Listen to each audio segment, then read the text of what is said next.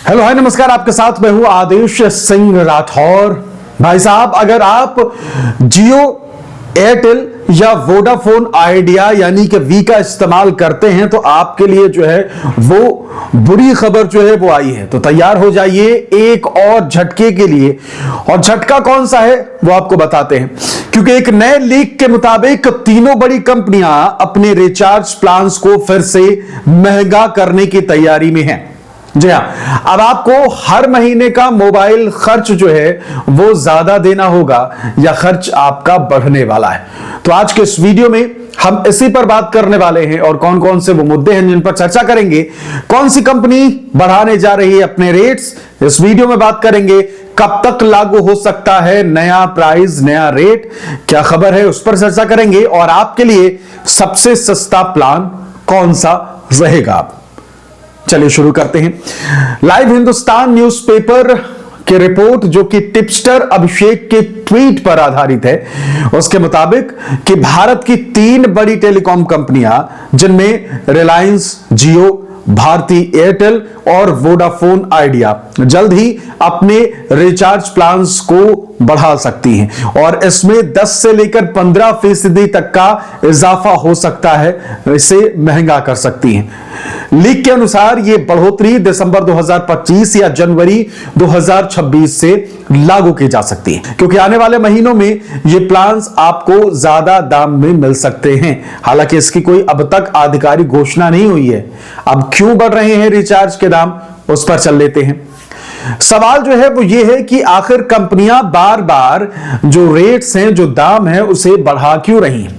असल में तीनों कंपनियों की तरफ से कहा गया है कि नेटवर्क अपग्रेड, 5G सर्विस में निवेश और ऑपरेटिंग कॉस्ट में जो है इजाफा हुआ है, जिसके कारण उन्हें अपनी कमाई जो है वो बढ़ानी पड़ रही है। वोडाफोन आइडिया पहले से ही घाटे में चल रही है, जबकि जियो और एयरटेल दोनों 5G रोल आउट में अरबों रुपए अब तक झोंक चुके हैं। ऐसे में कंपनियां चाहती हैं कि यूजर से थोड़ा ज्यादा चार्ज लेकर अपने रेवेन्यू में इजाफा जो है वो किया जाए। कौन से वो प्लान हैं जो कि महंगे हो सकते हैं, अब उस पर बात कर लेते हैं। लीक में यह भी कहा गया है कि अब कंपनियां सस्ते और बेसिक प्लान्स को धीरे धीरे खत्म करने की ओर आगे बढ़ रही हैं। हालांकि कोई इसकी अभी आधिकारिक पुष्टि नहीं हुई, आगे हो सकती है। पहले जहां 1 GB डेली डेटा वाले प्लान सबसे सस्ते होते थे, अब 1.5 GB या 2 GB डेली डेटा वाले प्लान ही मिनिमम स्टैंडर्ड बन रहे हैं, जो कि आपने भी महसूस किया होगा। इसका मतलब यह है कि जो लोग सिर्फ कॉलिंग या व्हाट्सएप के लिए फोन यूज करते हैं, उनके लिए अब कोई बहुत सस्ता ऑप्शन जो है वो बचने वाला है नहीं। यानी कम यूज करने वालों पर ज्यादा बोझ जो है वो पड़ने की आशंका जो है वो नजर आ रही है। अब कितनी प्राइसिंग जो है वो बढ़ सकती है, कितने दाम बढ़ सकते हैं, उस पर नजर डाल लेते हैं। अगर रिपोर्ट की माने तो